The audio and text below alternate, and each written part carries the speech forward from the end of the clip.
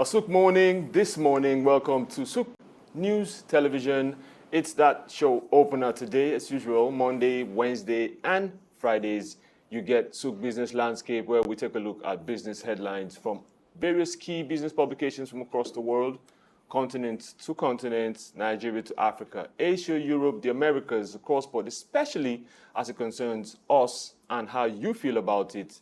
Especially engage with us across all social media, YouTube, Threads, X, Facebook, TikTok, most likely for the Gen Zs and the millennials. And let's engage, respond, and comment on the headlines that interest you. And quickly, we dive right into the headlines as it interests us. First and foremost, I welcome my guest. His name is none other than Dr. Idausa Osamanze. Welcome to Souk Business Landscape once more. Great Souk morning, great Nigeria. How are you feeling, sir? How was your weekend? How was your trip? How was start by letting us know how these two things happened for you. We had this last Wednesday, so it's already a stale news. Is that a way to dodge what's supposed to happen? You know, there's a pre and there's a there's a before and there's a before. But it's good. It's good to see it has outlived its usefulness right now, so we are on a new trajectory to see Nigerian work. African becoming very great. I agree with you. And that becomes the bride of the Committee of Nations. Right? Oh, yes. That's good to hear. That's good to hear. Welcome to the show, Doc. So we jump right to it. Business Day, Nigeria. Antibiotics costs triple Nigerians' pain after GSK exits. So after GSK, the one of the big four, like they call them, exits the country, they say the cost of antibiotics tripled. How does that affect us, the economy and the healthcare sector? Well, for somebody like me, this is good news for Nigeria. Oh, Lord. Doc, there you go again. How? Good news. Are you one of those natural herb people? Oh, yes. Ah, there you go. That is who we are. And I think this is an opportunity for us as a people to discover the richness of what nature has endowed us with.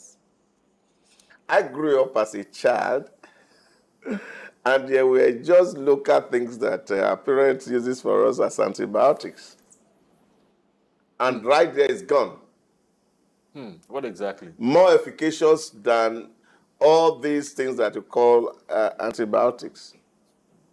I saw it work, and I know it works.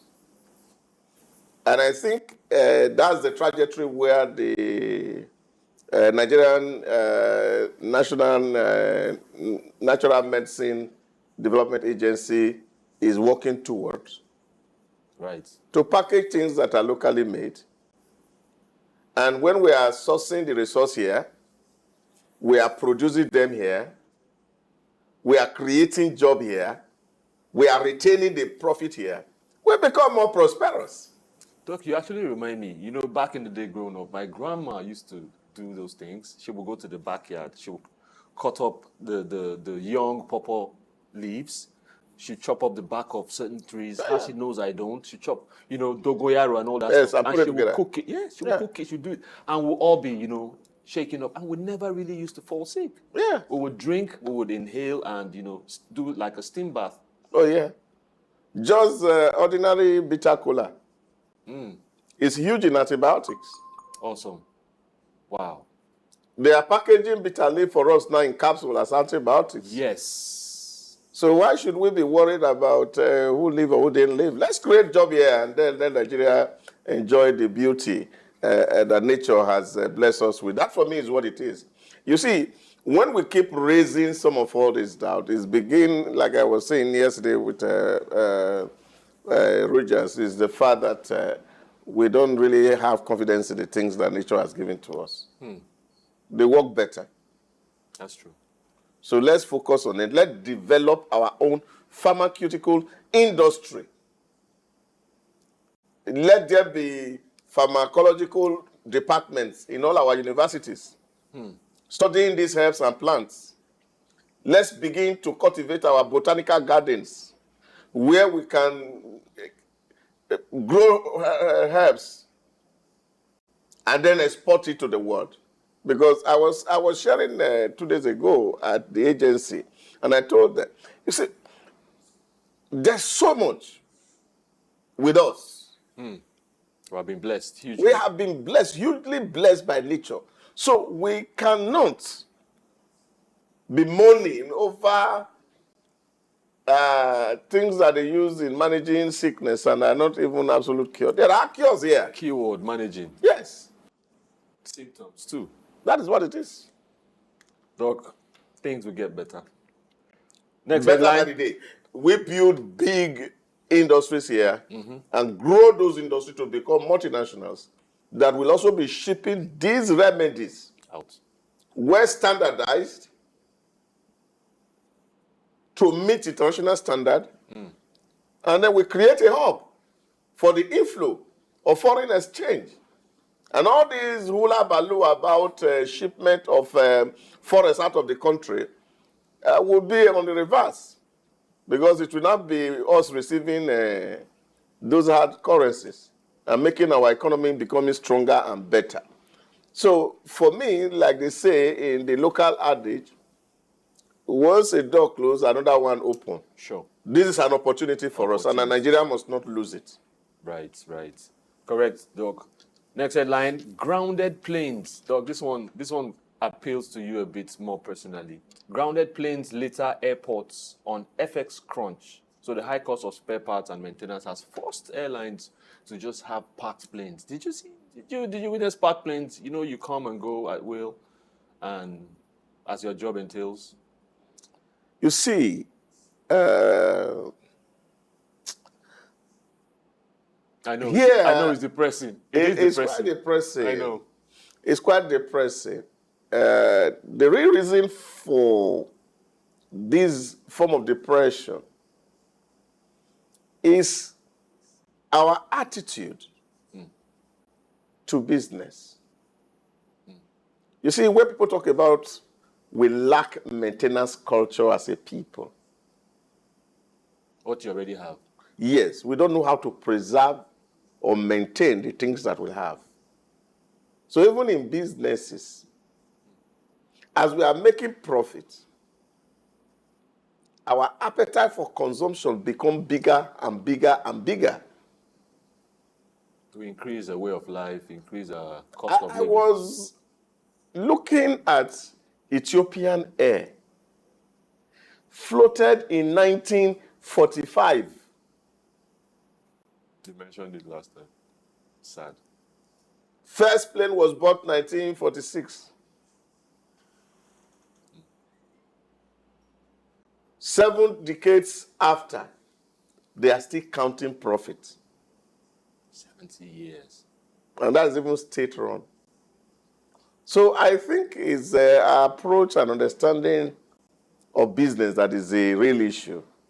That when people make profits, rather than sink it into the business to grow it and make it stronger and bigger, we chop it. I like the usage. Doc, I like the usage. So next headline, this one is special to me because I just embarked on this some days ago, and it was biting. Cooking gas at 1,250 kg stokes hunger in Nigeria homes. People are said to be reverting back to kerosene stove. Then in the hinterlands, in the rural areas, people are cooking outside, firewood. It's costing less. Yeah, this is a huge challenge globally, really, but the most frustrating part of this is that we have so much of it under our soil that we can actually compress to cook. How so? But we have not invested in the sector. So the law of demand and supply, a simple economics principle. So if demands are high and supply is low, that's what you get. People are becoming more modernized now. You remember those days people used to cook with firewood.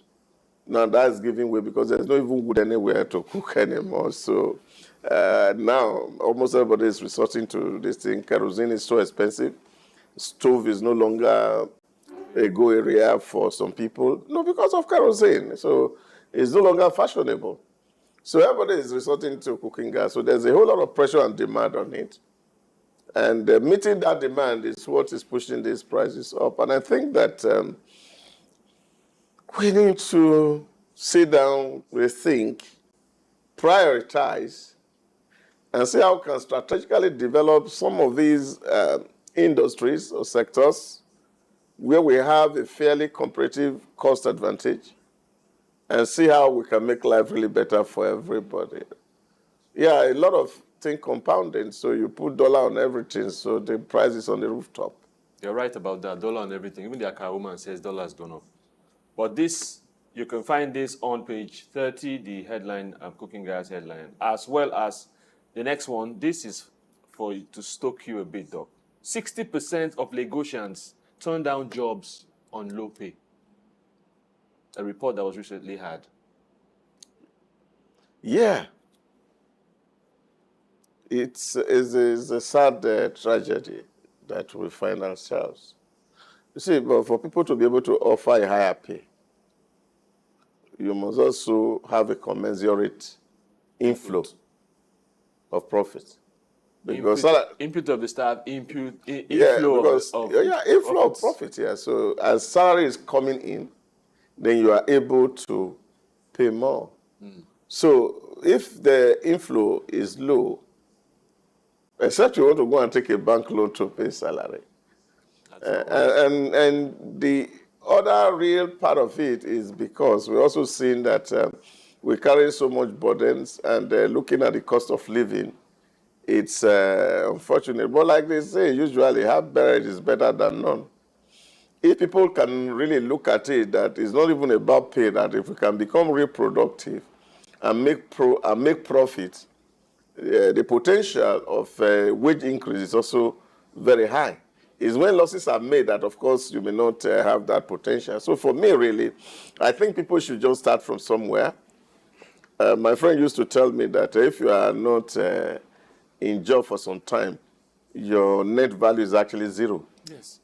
So you have to take whatever that is given to you at that point and then build up your value with time. Yes. Because next thing I was going to ask is, are Lagosians in place in right standing to turn down those jobs? Because who's going to get the jobs done if they turn it down? And you're turning it down to what? To live on what? Yeah, but you see, this is what I say, a government of the day that we worship here. That's our small God. So it's a big problem. And people really need to understand that we have to find a way to create that balance. That is only when we have to embrace some of all these things that we can even solve the problem of hunger. Right. Yeah. Right. All right. On to away from Business Day Nigeria, we're at Business Daily Kenya. Rival dealers weigh buyout of bankrupt SUV maker Mobius. The firm is set for voluntary equidation, not liquidation this time. The trade peers and CAN boss show concerns. So we're talking about motors now. People are talking about electric vehicles. And Mobius is still petrol. And some people are talking about petrol being still going to be in the market for a while. Oh, yeah, it's going to be there for a while. And I think we're also looking at the cost of electricity, which is, of course, is actually very expensive. Exactly. Yeah.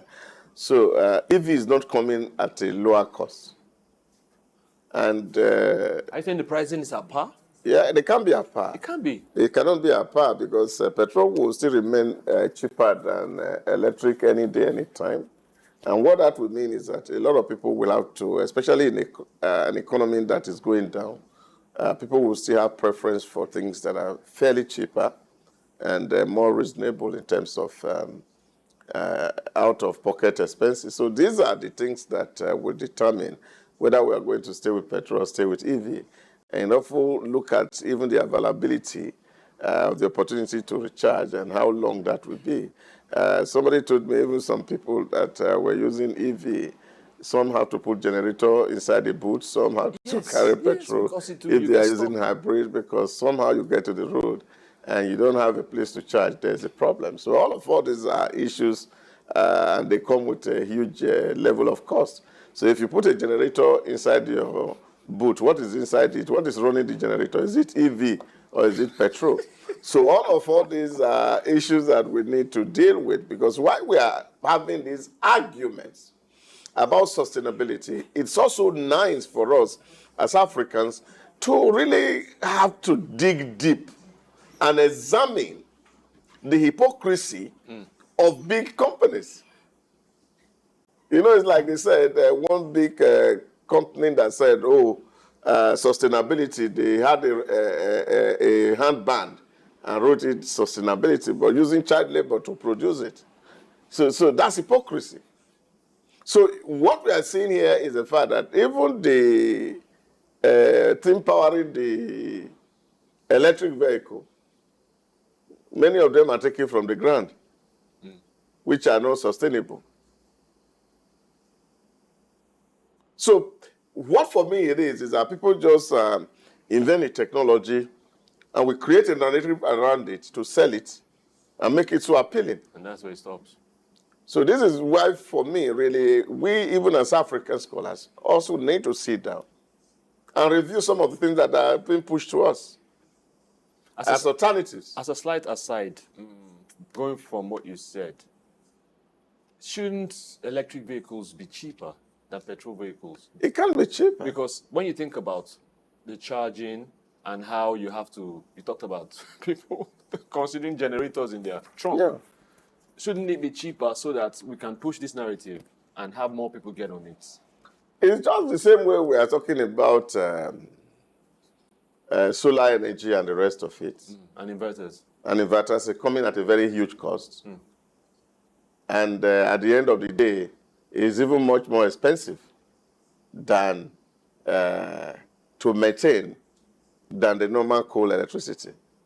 So, but we understand why some of all these arguments are here. Because you find that in the West, since the day of the petrodollar in the 1970s, alternative to petrol has been a kind of a direction for research in the West. That's how we come to EV. Yes. Because they don't want to buy petrol or buy our crude. So they're looking for alternative. And now we have dressed that alternative in an environmental friendly and sustainable manner. So it looks so quite appealing. And so all of us are falling to it, and there's a mad rush to get into that space. But you see, where you have nations that focus on what they're doing, IEA report recently say coal use in India and China is not likely to abate. But come to think of it, it's not likely to abate. Yes. So, because where you say, African market is known for Tokumbo cars, and that's where our worries and fears are. Because by the time they are shipping the used EVs from Europe to Africa as usual dumping ground, we don't have alternative. But India Tata is producing their new vehicles, so they don't need the EV. Yeah. So you can do with your EV and live with it in your environment. We can do our petrol in our environment. So we don't need to buy your Tokumbo cars. And I think this is where Africa needs to wake up. I agree. So that we can actually look at some of these issues and rationalize them. Because they look plausible in terms of arguments. There are a lot of theories that have been put forward to substantiate them. True. And all of us this addressed in science. But I'm always very, very skeptical in taking all of these things, because the Holy Book warned me that we must be aware of that which is falsely so-called science. Doc, do you ever worry if the EV narrative is pushed extensively to the extreme and everyone buy in, do you ever worry about what will happen to us on our oil? Yeah, but that's what it is. So what that means is that, you know, I don't know if you ever read Nkrumah's work, Which one? Neocolonialism, the new form of imperialism. Oh, yeah. If you have read that work, Vivid. you will see that the trend and the narrative are not different. Ongoing. It makes a sample of Gold Coast, now Ghana, producing potatoes, sweet potato. And the farm was booming. And when these guys never need it again, they told them and said, well, you know what? These potatoes become carcinogenic, and therefore they have to change the farming completely. Say, what do we now need now? We need chocolate, so plant cocoa instead of potato. So they're driving the demand. Yes. So they are the one because they have the yam and they have the knife. So this is the reality in the world space. So we must not downplay interest in terms of global relations. And that's why when you look at the work of Jenkins, the Confession of the Economic Hitman, you find it there how governments and corporations align from the West to deal with countries of the third world. So these are the issues. And we must also have to re-examine whatever we are being pushed to accept as a narrative. Because for me, as long as we have to keep waiting for their validation, we will not be able to get out of our trouble. No, we won't. No, we won't. Still on Business Daily, Kenya, capital goods imports rebound, widen Kenya's trade deficit. Kenya has been in that rut for a while. We're talking about the rebound in importation of machinery and transportation equipment. Yeah, that's what it is. As long as the trade deficit increases, debt profile keep rising, poverty keep widening. So this is the tale of the African country. I don't know when we are going to begin to close that gap. But like I said yesterday in one of our shows, that hunter mindset. Yes, the hunter and the farmer. The hunter is just... Yes. So it's... for the today only. Oh, yes, we have to just eat now, otherwise we will die. And this is African problem. So that's the protest you see in Kenya, that people are saying, no, we are going to die. Doesn't it remind you of the saying that says, tomorrow will take care of itself? Yeah, but tomorrow is taking care of itself is not to... Care for today, because tomorrow will take care of itself. Yeah. You know, I was telling somebody, because we also have to put scriptures and interpretation in context. True. Yeah. So we are looking at it that even the man who left a coin in the parable of Jesus said that good and faithful servant. Why were they called faithful? Because they were able to multiply what was given to them. No matter how little. So the one who preserved it was even condemned. How much more the one who will have eaten it without investment? So these are the issues that most surrounds our hermeneutics as people. Gulf Times, we're on to Gulf Times, Qatar.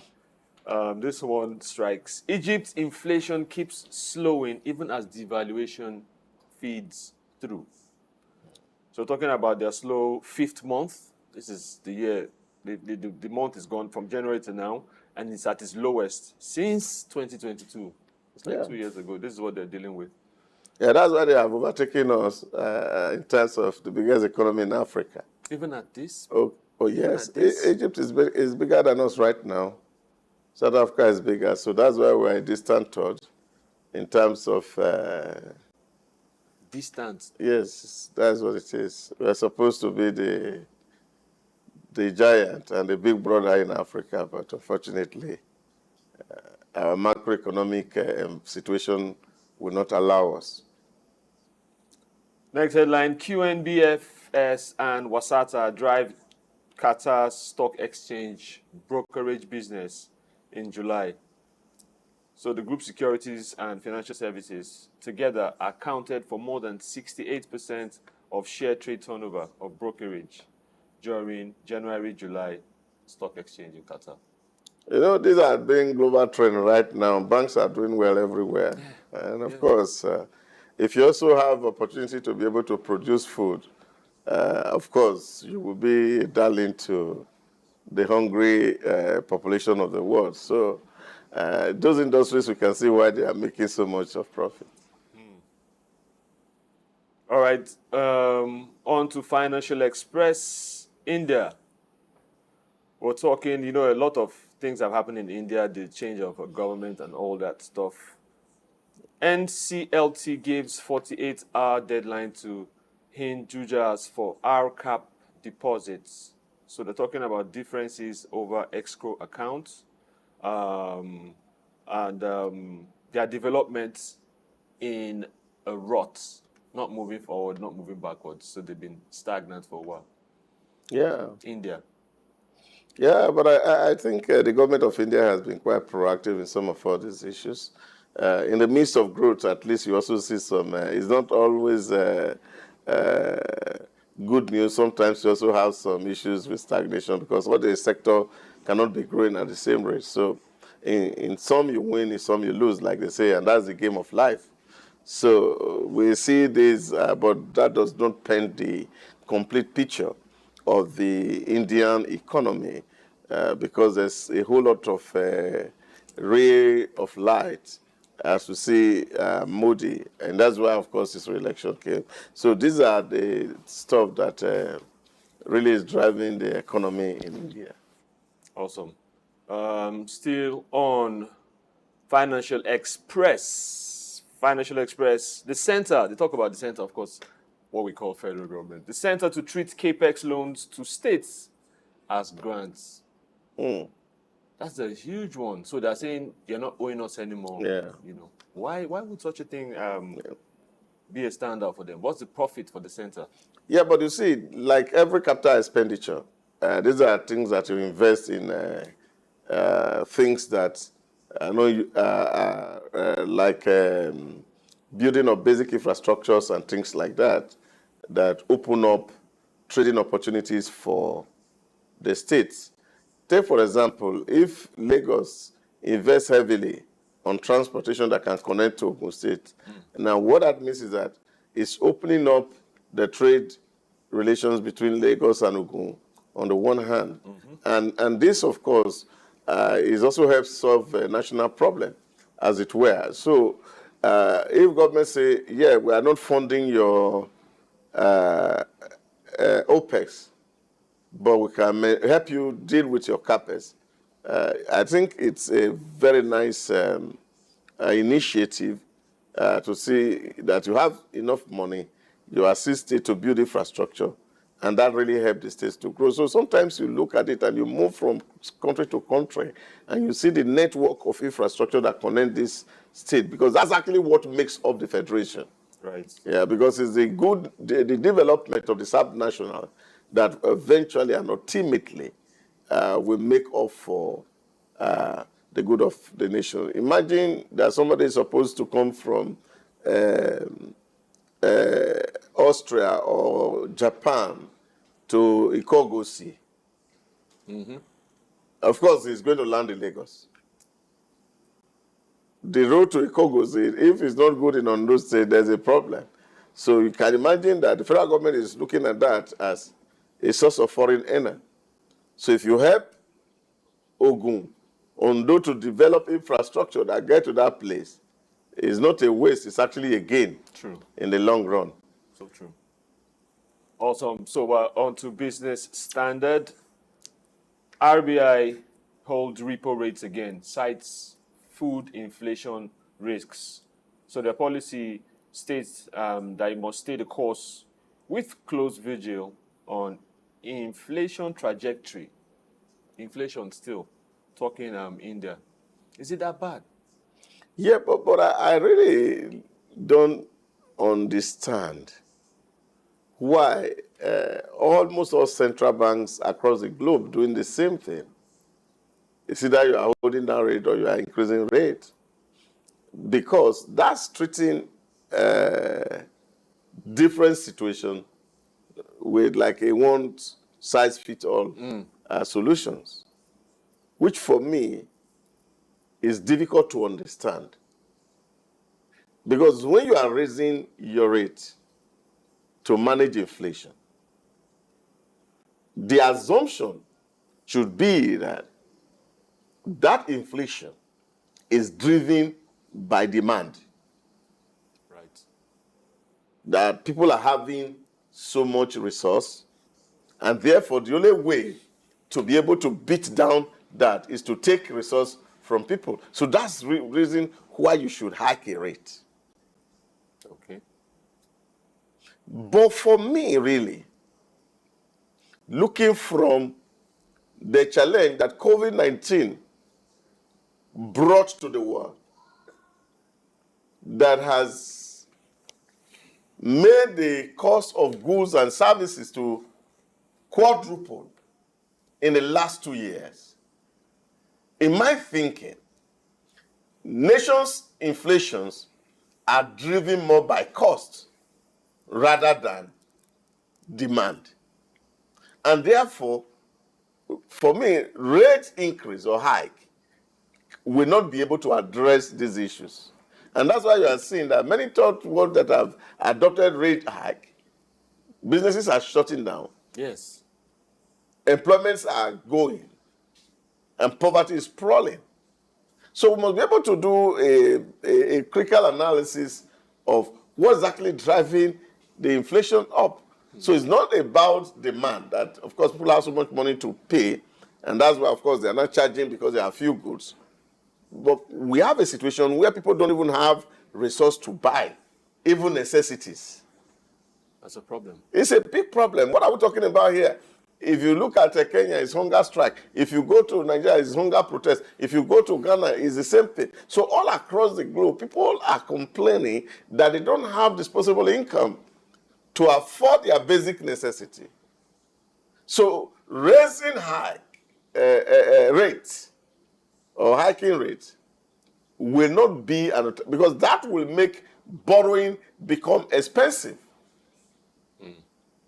And then you take it out of the reach of the very poor.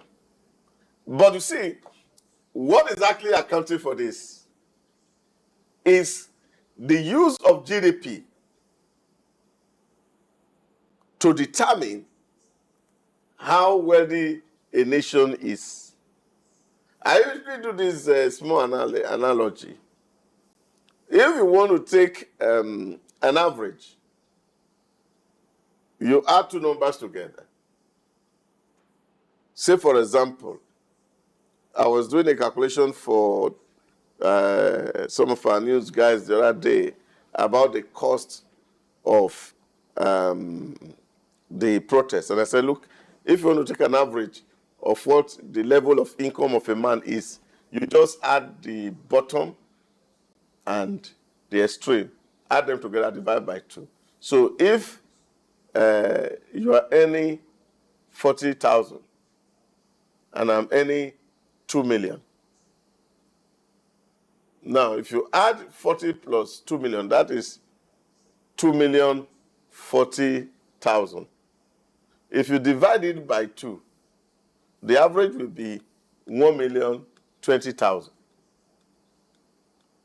But does that mean that in your pocket you have 1,020,000? Of course not. Your salary of 40,000 has not changed. This is what GDP has done in analyzing the economic situations of nations. And that's why a lot of people, especially Oxford economists, were arguing that it is no longer sustainable as a means of defining the poverty or the wealth of nations. Because you can have at the high echelon just 10% of people who control the 80% of the resources or the entire money in that environment. And then the 90% controls only 20%. So you see the huge imbalance. So when you are not designing a policy that's addressing those who are at the high echelon without taking care of those at the bottom, you can only become a Darwinian, emphasizing the law of natural selection. So the weak die and the strong live. Sad, Doc. You're dampening my spirits this morning with the headlines. So this one hits. Still on the publication, clinical trial waiver for more beneficial drugs. Waiver.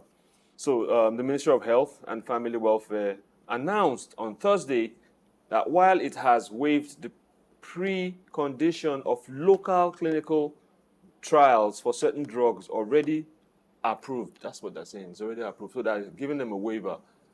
And it boils down, it refers to what we're talking about our drugs and how we must make ours, also make it natural. And it seems to be more efficient. Yeah, but I don't think it's something that it's not rocket science, right? People should encourage. Because here you are looking at the life of humans, especially when you cannot predetermine the efficacy of the thing that you're doing. So, clinical trial is part of a process. So how do we deal with that process? So we don't need to always short-circuit processes. And that's what we do. When you say, you give a waiver, why are you giving a waiver? Why are you approving something that has not been tested? So it has to be tested. This thing has to go through process. So we can standardize and understand that this is how this thing works. Because it's the human life that is involved here. Oh, yes. Yeah. So we have to, first of all, check what are the contraindications, the side effects of some of all these things on the human system. It has to be studied over a period of time before we can be giving it to human beings. Otherwise, we could actually be damaging some certain things in our body system that may not make us to live too long. Right. Business posts, off to business posts. We're looking at, the newly sworn in interim government. It says interim government left with a meager $16.57 billion in its reserves. Well, Yunusi is an expert in building cooperatives, and we are hoping that he should be able to do this. It should not become a problem for him. This is the issue that I always talk about. When people sit down from the outside, sometimes we are looking at the inside and say, oh, everything is rosy. That's the way I see it. So when people sit down and say, oh, government, government. I was talking to somebody recently and I was saying, look, yeah, we need to cut expenditure in terms of spending. How will somebody build a house with 25 billion naira? Federal government want to buy airplane for 14 billion. We can put this down and do something. And I asked him, salary with the new minimum wage for the federal government is about 9 trillion. What is 37 billion in the midst of 9 trillion? So let's even assume that they didn't buy the house. They didn't renovate the house. They didn't buy the jets. Will the 37 billion solve our problem? You see, because we sit down outside of the house and we're looking at people and say, these guys, they are enjoying, you see the way they are wasting money. Until you get into that seat and you will discover the reality of that environment. It's like the football fan, right? That sees everything yes. from and outside. say, I would have just played like this until you put him on the field. And then the reality dawned on him and realized that it is not easy to score goal to even dribble. All right, Doc, thank you so much for being on the show as usual. We love to talk to you and hear your very insightful views when it comes to these headlines. We've come to the tail end of the show. It's Silk Business Landscape, SBL hashtag. Engage with us across all social media. We take a look at business headlines across the world as it affects us and how we can apply and pick the ones that we need and let the ones that we don't need go. Stay with us. It's still Silk News Television. My name is Hans Mba. Have a blessed morning.